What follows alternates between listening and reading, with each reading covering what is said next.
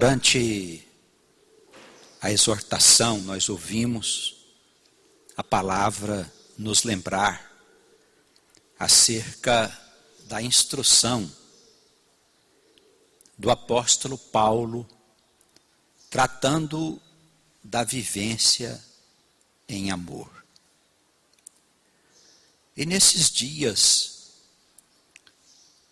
nós vemos que o mundo vai seguindo meio perdido, envolto em violência, envolto em prostituição, mentiras, roubos e todo tipo de comportamento que conspira contra o amor. Podemos afirmar com certeza que o mundo está acabando por causa da ausência do amor. Cada dia mais, este amor vai se afastando. Cada dia mais, este amor vai deixando o mundo e o espírito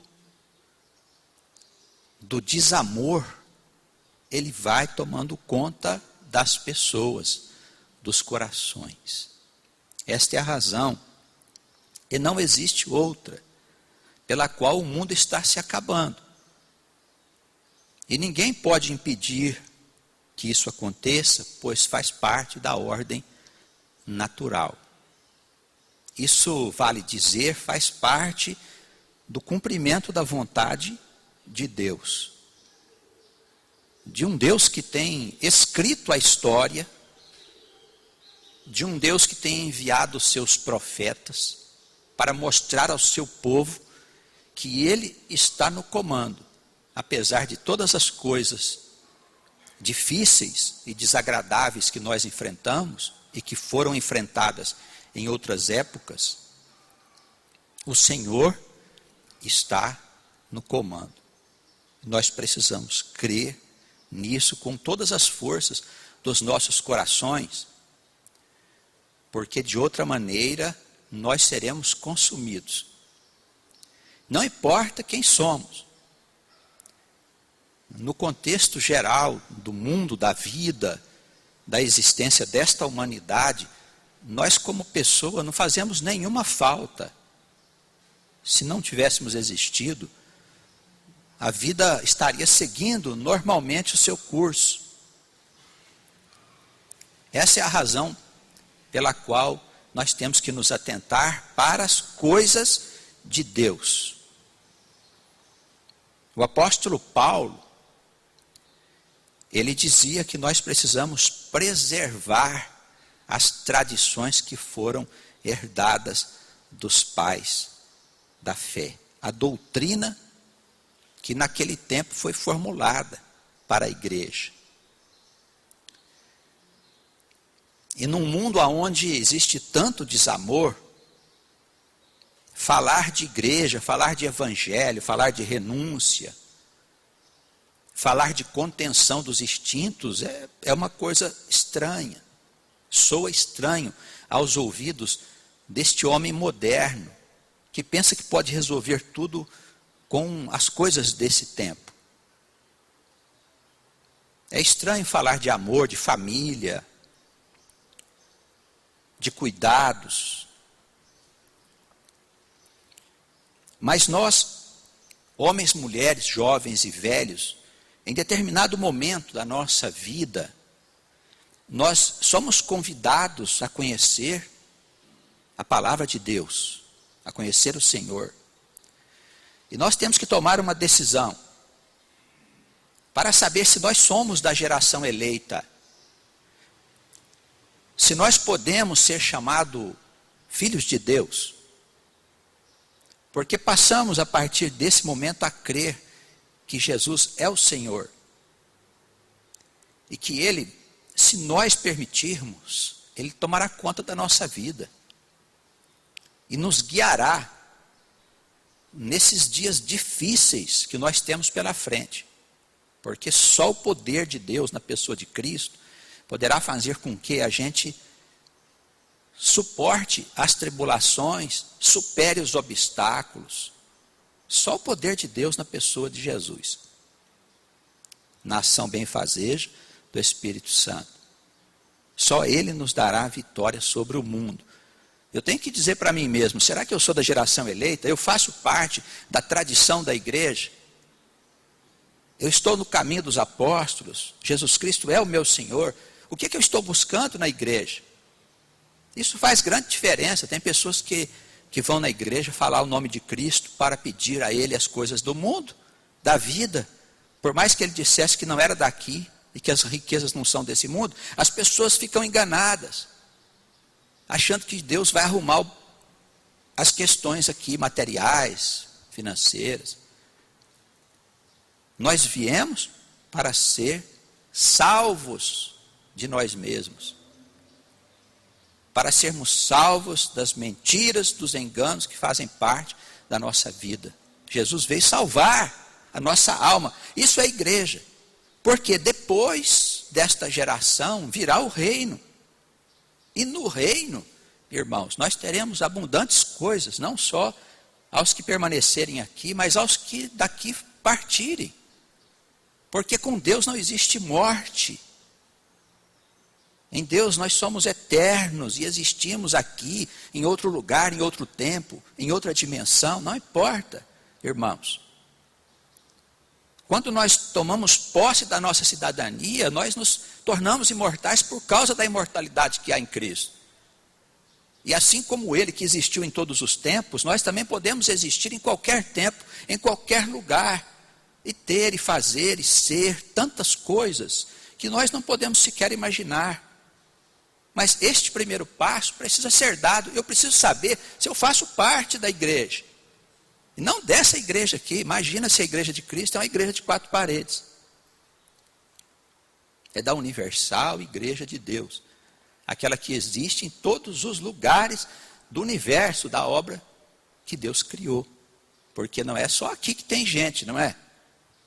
É evidente que Deus deve ter outros mundos, outras moradas, onde existem pessoas como nós também, que conhecem o mesmo Deus, que vivem as mesmas experiências, que estão num tempo, no outro tempo. Deus é a eternidade. Nós temos que compreender isso, irmãos. Porque de outra maneira, mesmo falando em nome de Jesus, nós vamos nos amiudando, nós vamos nos tornando pessoas mesquinhas, pessoas infantis, que busca o Senhor do universo, para tratar de coisas passageiras, rápidas, transitórias, que têm a sua importância relativa para a vida carnal, temporal, mas que para a vida eterna tem pouca importância, irmãos.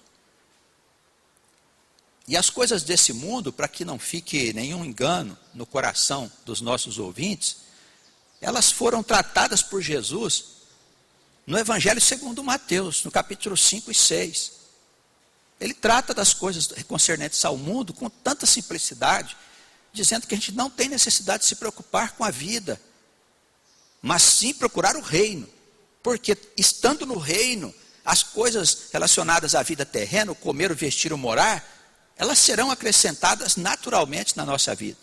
Sem que a gente precise ficar toda hora chamando o Senhor, Senhor me dá comida, Senhor me dá morada, Senhor me dá vestiduras. Não temos necessidade disso, amados. Porque o Senhor sabe o que nós precisamos e Ele vai colocando naturalmente na nossa vida se nós estivermos envolvidos com o reino. E o que é o reino? O reino não se fez ainda. Mas o reino ele se faz hoje na igreja do Senhor. Nas muitas denominações que anunciam o Evangelho do Senhor. É aí que nós precisamos participar.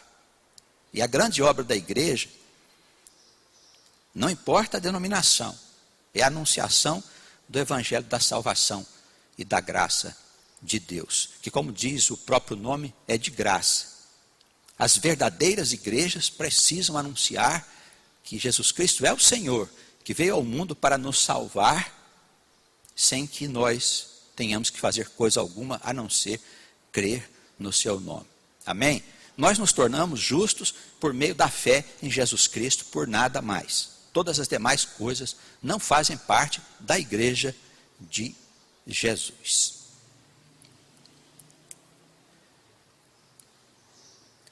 Bem, diante dessas considerações, nós temos afirmado aos irmãos que nós somos o povo de Deus.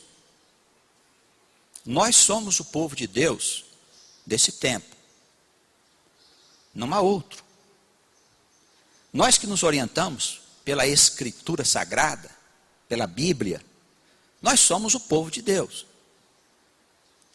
Eu tenho afirmado também que em todas as gerações, o povo de Deus ele tem uma conduta semelhante.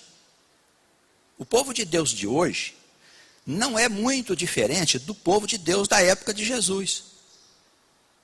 O povo de Deus de hoje não é muito diferente do povo de Deus da época de Moisés.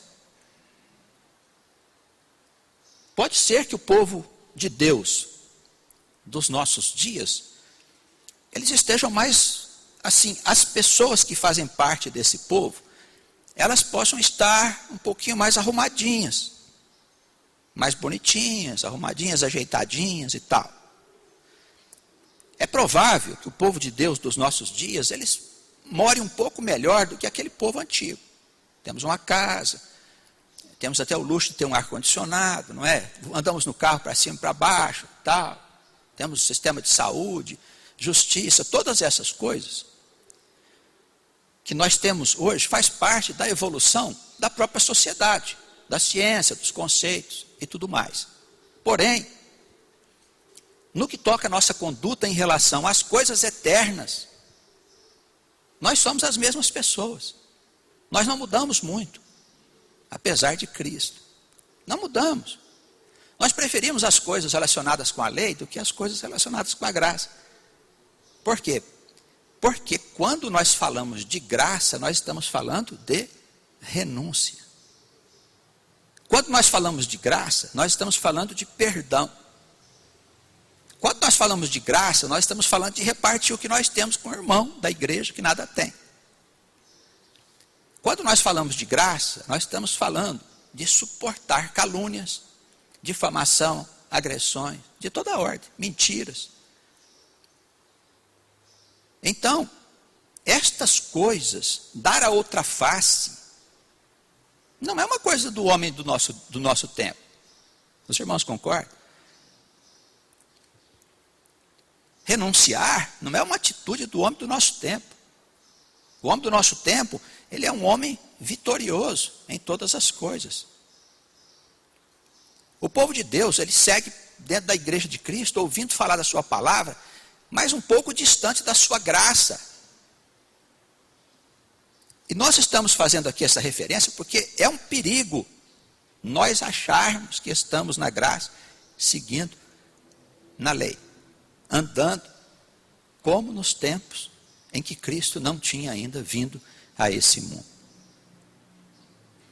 A igreja de Cristo hoje, representada pelas denominações, é uma igreja confusa, uma igreja cheia de espírito, mas não deve ser do Espírito de Deus, com certeza, pelas próprias coisas que acontecem nessas igrejas. Igrejas cheias de doutrinas, de escolásticas, de discursos polidos, bonitos, que não falam ao coração do homem.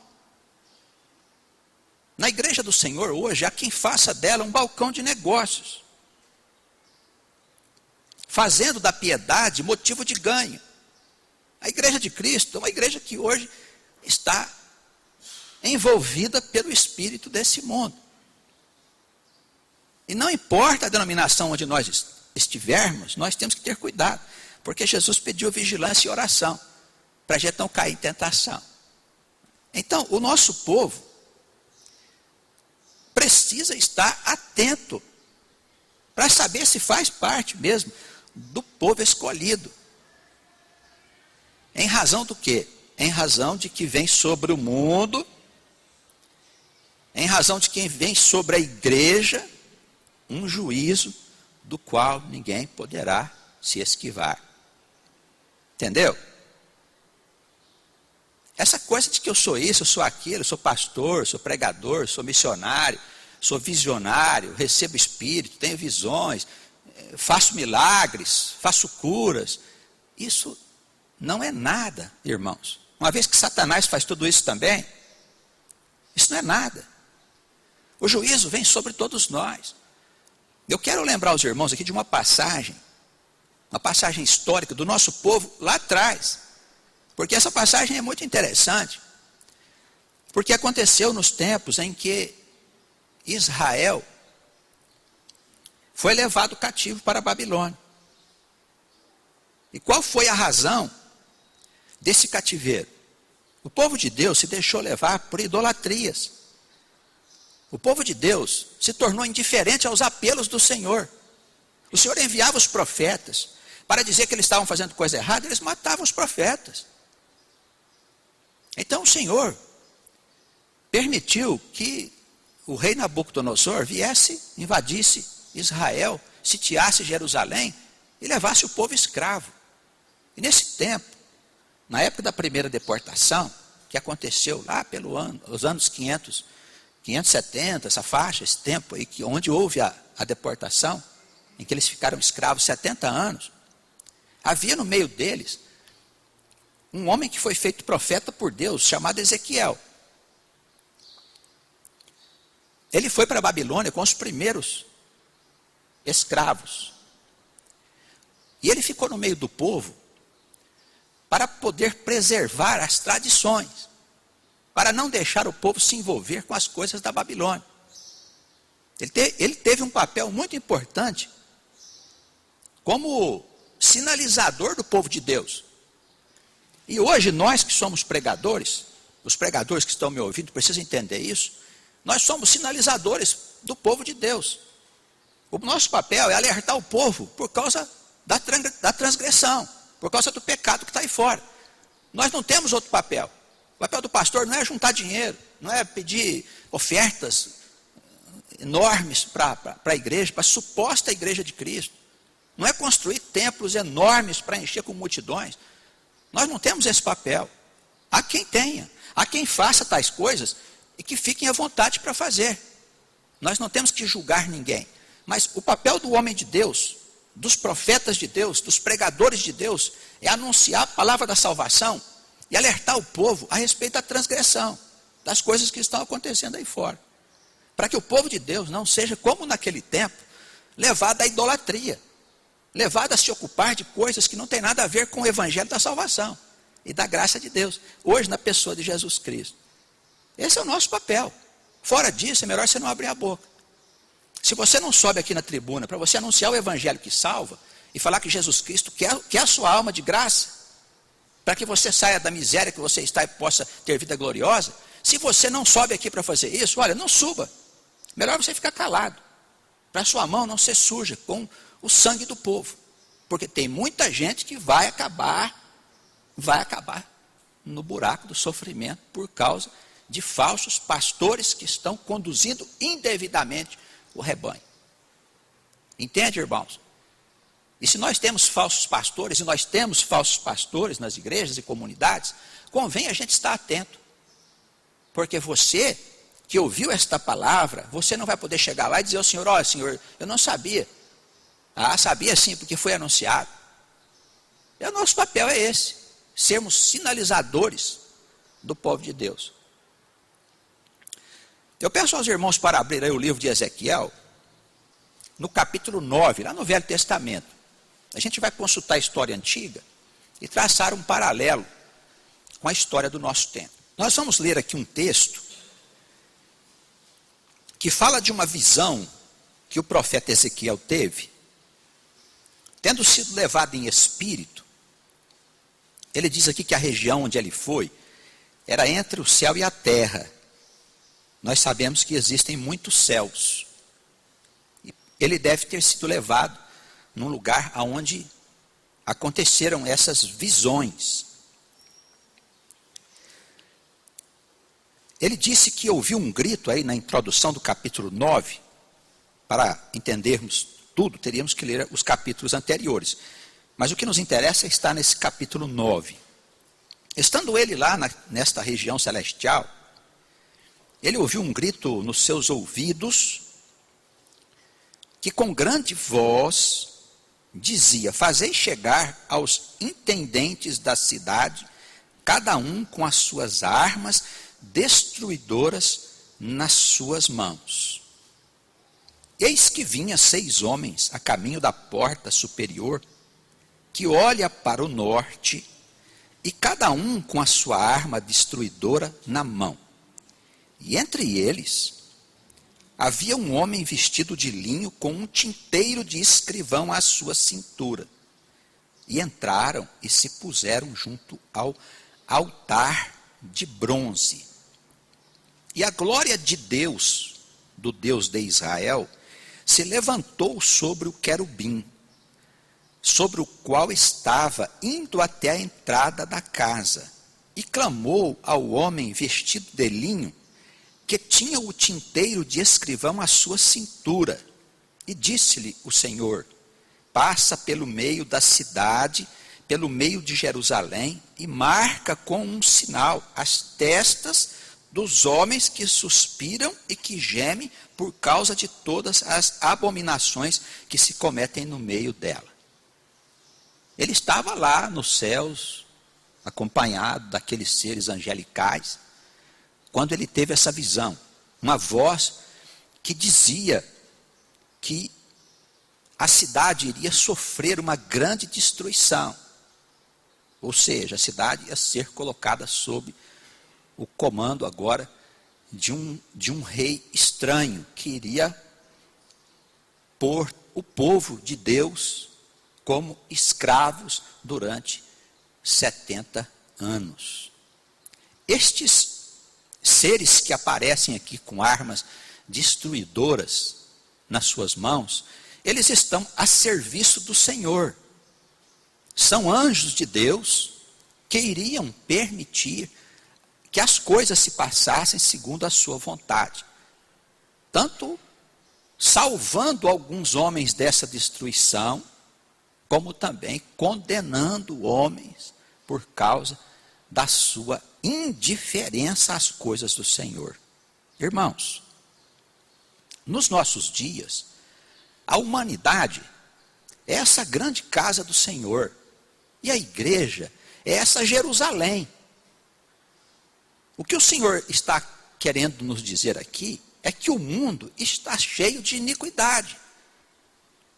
O mundo está cheio de coisas erradas, e tem muitas pessoas dentro da igreja e fora da igreja que não se importa com isso.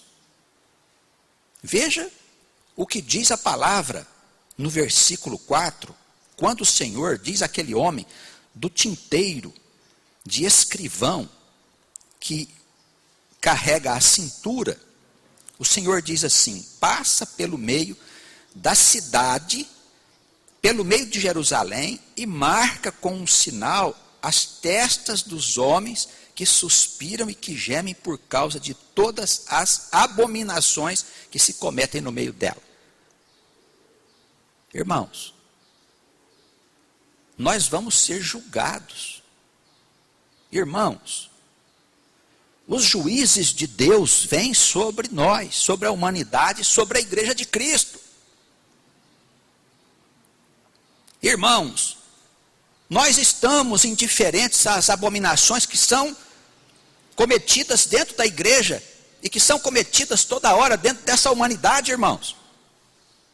Será que nós estamos indignados com o que está acontecendo dentro da igreja de Cristo? Ou a gente não se importa? Porque tem gente que não se importa, acha que está tudo bem. Essa confusão que está acontecendo na humanidade, de coisas erradas se tornando certas, tem irmãos dentro da própria igreja que diz que isso é assim mesmo, que nós vivemos outros tempos. Que tempos? Vivemos mesmo outros tempos, mas tempos de iniquidade, tempos de prostituição.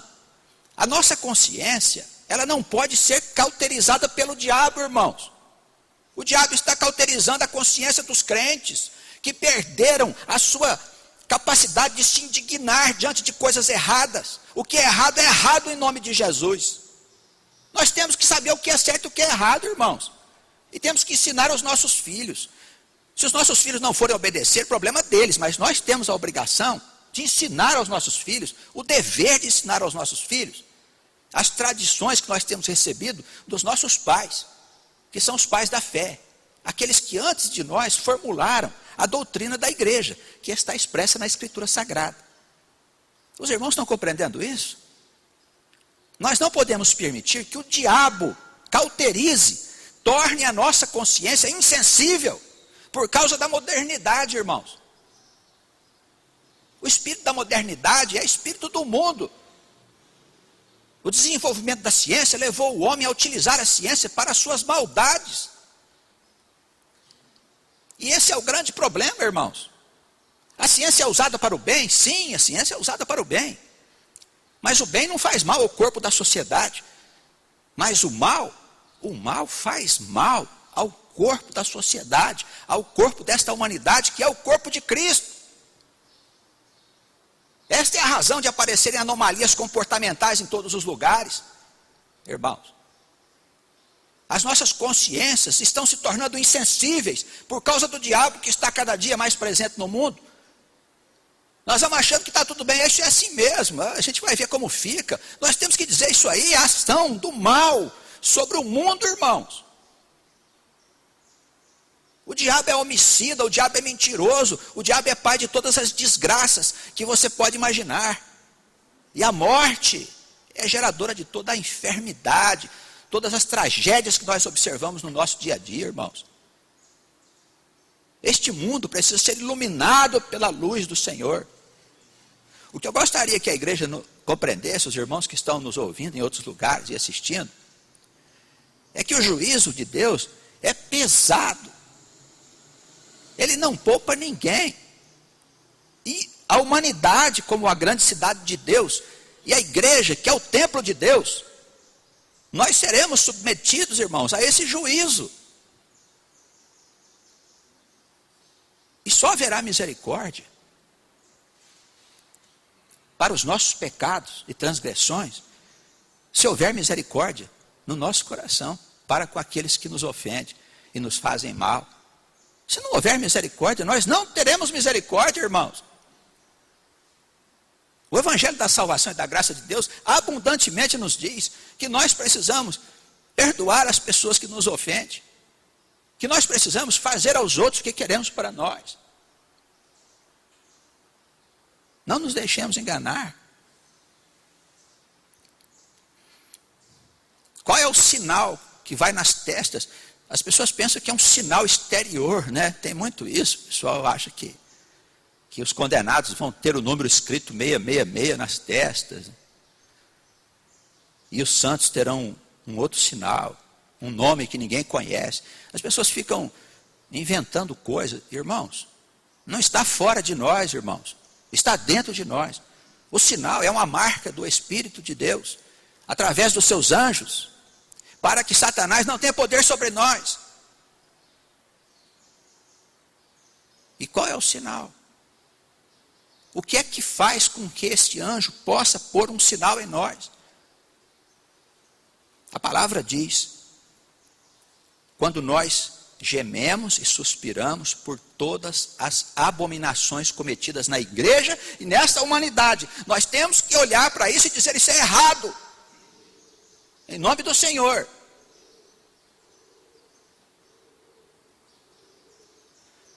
Senão, nós não teremos sinais. Sabe o que é isso? Quando você fala isso para as pessoas que te trazem tais notícias, você está dando testemunho. Você está testemunhando que você é daquela geração que eu falei. Você preserva a tradição dos nossos antepassados. São os pais da igreja, os pais da fé. Se você não testemunha, se você não diz nada, se você diz: é assim mesmo, não tem jeito. Cadê o seu sinal? Eu espero que toda a igreja que está nos ouvindo desperte. Desperte. Jovens, crianças, velhos.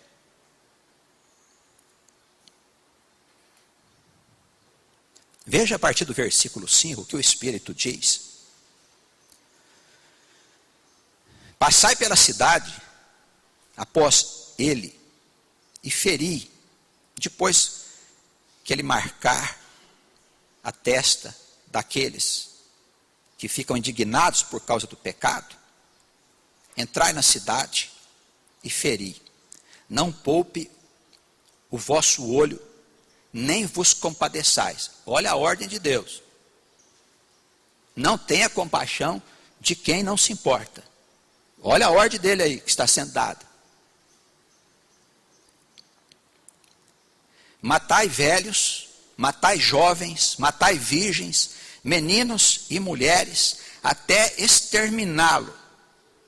Até exterminá-los. Olha o juízo de Deus sobre o seu povo naquela época. Por que o juízo de Deus não vem sobre nós agora no juízo final, irmãos? Ele está falando do seu povo, de Jerusalém, da sua igreja. Não há razão nenhuma para achar que nós somos escolhidos e que está tudo bem porque estamos na igreja, irmãos. Deus espera de nós uma atitude. Ficarão de fora os fracos. Ficarão de fora os covardes. Ficarão de fora os mornos. Os que não têm coragem de encarar a verdade, de testemunhar a respeito dela. Porque quando nós testemunhamos sobre a verdade, nós perdemos os nossos amigos. Nós perdemos a admiração dos homens. Diga-se de passagem, de homens que vão morrer, que vão baixar a sepultura. Nós damos importância ao que as pessoas pensam de nós, irmãos. Ou nós vamos dar importância sobre o que Deus pensa de nós. Esse é o problema nosso. Não queremos aborrecer. Não queremos aborrecer a família. Não queremos aborrecer os conhecidos. Não queremos aborrecer os amigos. Não queremos aborrecer os sacerdotes, os crentes, os católicos, os protestantes, os evangélicos, os pentecostais. Não queremos aborrecer ninguém, irmãos. Porque nós queremos estar em paz com os homens. Mas nós estamos, na verdade, arrumando uma inimizade com Deus. E o juízo dele vem sobre nós. Ou você acha que a palavra que está escrita aqui está escrita para quem? Está escrita para a igreja, irmãos. Para o povo de Deus, que somos nós nos dias de hoje.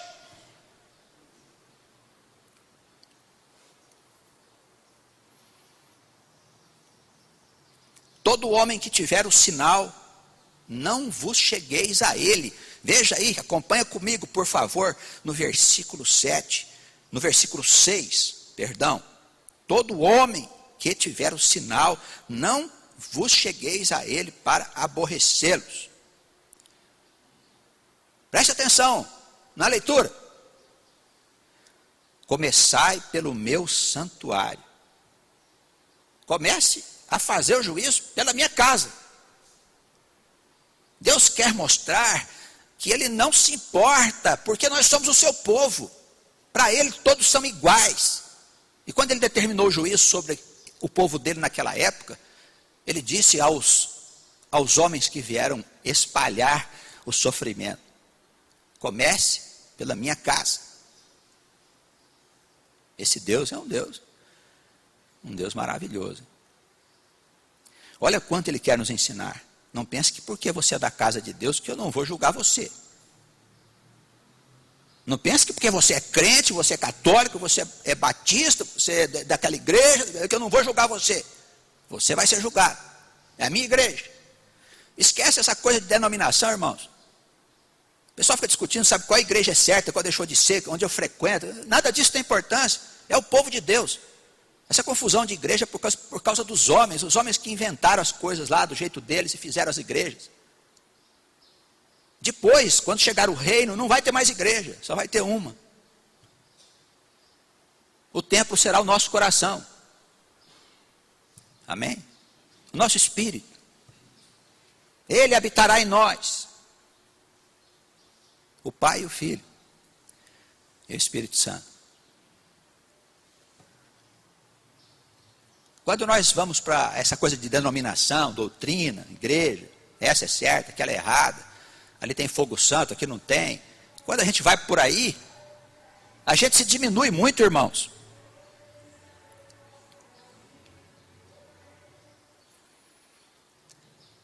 Nós nos diminuímos quando nós tratamos as coisas no nível humano.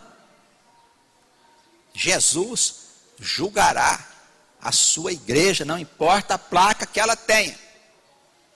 A não ser que nessa igreja não fale o nome de Jesus. Você falou o nome de Jesus na igreja, ainda que você esteja de cabeça para baixo, o Senhor vem sobre ela, porque você está usando o nome do Senhor. Então funda uma outra coisa que não tem nome de Jesus, porque Jesus é o Senhor. Ele virá tomar juízo de todas as coisas. E ai de nós se não houver misericórdia nos nossos corações. Não seremos perdoados se nós não perdoarmos de coração ao nosso irmão. Eu falo do perdão porque é o ponto capital. Os nossos pecados só têm perdão se nós formos perdoadores. Isso está expresso abundantemente no Novo Testamento, na Nova Aliança, no Evangelho da salvação graciosa. Abundantemente. Perdoa se você quer se livrar do juízo. Se você não perdoar, você terá problemas sérios quando chegar aquela hora. Amém? Versículo 7. Olha como a desgraça vai começando e se espalhando. E começaram aqueles homens de branco a trazer o mal. Primeiro, pelos homens mais velhos que estavam diante da casa. E o Espírito disse-lhes: contaminai a casa, enchei os átrios de mortos, saí. E saíram e feriram na cidade. E sucedeu, pois, que havendo-os ferido, e ficando eu sozinho, é o Ezequiel que está falando, né? Ficando eu sozinho, caí sobre a minha face e clamei e disse: ah, Senhor Deus, dar-se-á caso que destruas todo o restante de Israel, derramando a tua indignação sobre Jerusalém? Então ele me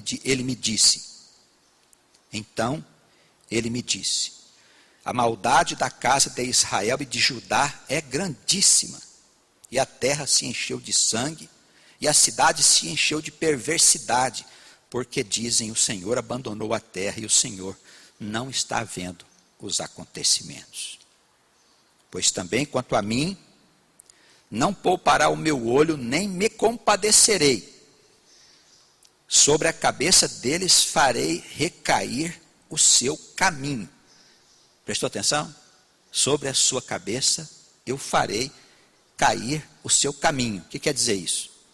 As coisas que eles vêm fazendo, as consequências, eu farei cair sobre a sua vida. A vida é uma experiência de plantio e colheita. Se você só planta o que não presta, como é que você vai querer colher uma fruta agradável e graciosa? Jesus dizia: não nascem uvas dos espinheiros, dos abrolhos. Irmãos, o Senhor fará vir sobre nós a nossa vida, o que até agora temos feito. Arrependa-te. Arrepende dessa vida que você tem, meu irmão, que você tem, minha irmã, dos teus pecados, das tuas transgressões. Não há nada que justifique pecados nossos. Eu posso até estar envolvido no pecado, mas não há nada que os justifique, irmãos. Se você está numa vida de transgressão, não consegue se livrar dela, é melhor você procurar o seu pastor. Procura o pastor na igreja. O pastor está ali para te ouvir, para te orientar, para mostrar para você o que você deve fazer. É indispensável o pastor na igreja como orientador, irmãos. Nós gostaríamos que todos fossem profetas, mas infelizmente não é assim.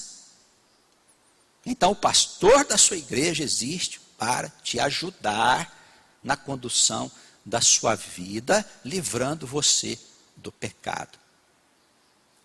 Tá bem? Tome cuidado, porque se você não achar Jesus, todo o mal que você plantou, ele vai vir sobre você sem misericórdia. E dói. Dói.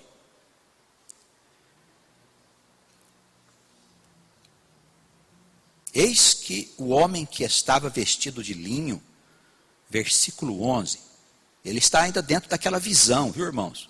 Dentro daquela visão que ele estava tendo. A sua alma, o seu espírito deixou este mundo e foi levado até uma região onde ele teve esta visão. Eis que o homem que estava vestido de linho, a cuja cintura estava o tinteiro, deve ser um homem da lei, né? Esse deve ter tudo anotado lá. Já ouviu falar do livro onde fica anotado as nossas bobagens? Está tudo escrito lá. O homem disse para ele: fiz como me mandaste, de maneira que fique claro a nós da igreja e a todo o povo deste mundo que Deus está ordenando para que haja juízo sobre a humanidade e sobre a igreja. Amém? Olha, decida-se enquanto você pode. Decida-se. Não importa se você é velho, novo, criança, não importa, jovem. Decida se você vai fazer parte da geração eleita ou se você vai ficar à esquerda do Senhor. Ali haverá choro e ranger de dentes. Que Deus nos ajude a compreender o sentido de todas as coisas pelo Espírito Santo. E que Ele não deixe o diabo roubar aquilo que nós entendemos desta palavra. Que as bênçãos do Altíssimo e de Jesus Cristo, nosso Senhor e Salvador, possa permanecer com a igreja e com todos os irmãos que estão recebendo a palavra em outros lugares. Amém. Vamos orar? Senhor nosso Deus, mais um dia estamos diante do seu trono, Senhor. Estamos diante de Ti, do Teu Filho amado Jesus, e queremos pedir que nós sejamos agraciados com a presença do Espírito Santo, Ele seja derramado sobre os nossos corações e vidas, para que de maneira alguma nós sejamos arrastados pela tentação que vem sobre esta humanidade. Senhor, abra os nossos olhos, dilate os nossos ouvidos para bem compreendermos a Tua mensagem e faz a nós, Senhor, almas dóceis aos Teus santos conselhos. Espalha as bênçãos do Teu coração no nosso coração, de maneira que sejamos as Tuas fiéis testemunhas, hoje, amanhã e sempre. Amém, Senhor. Amém.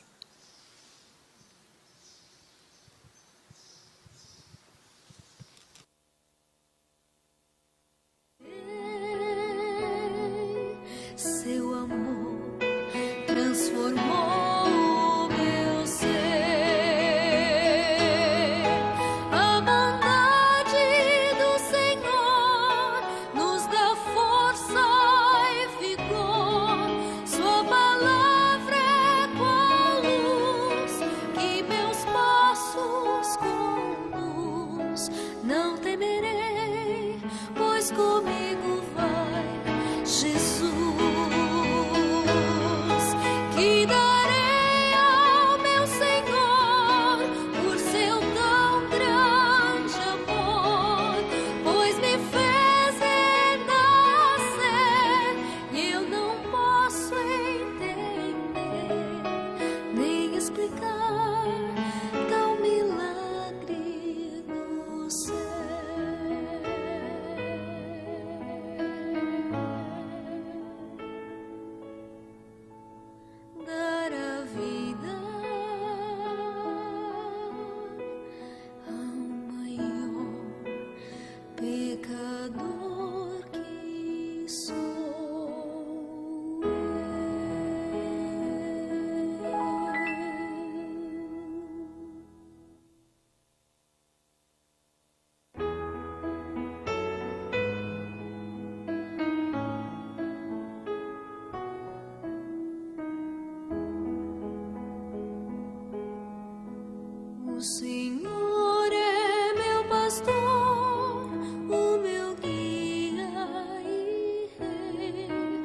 O Senhor é a força e a luz do viver.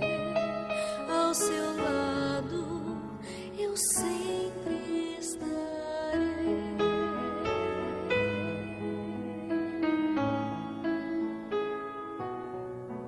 Os seus olhos vigiam, seu amor nos conduz.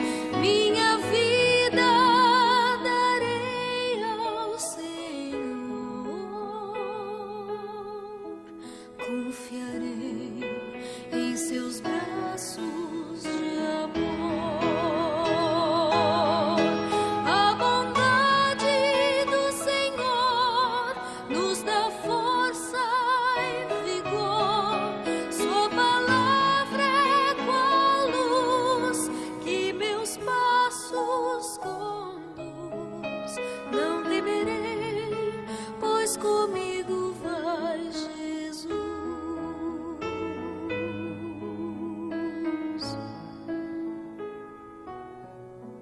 O Senhor é meu pastor, o meu guia e rei. O Senhor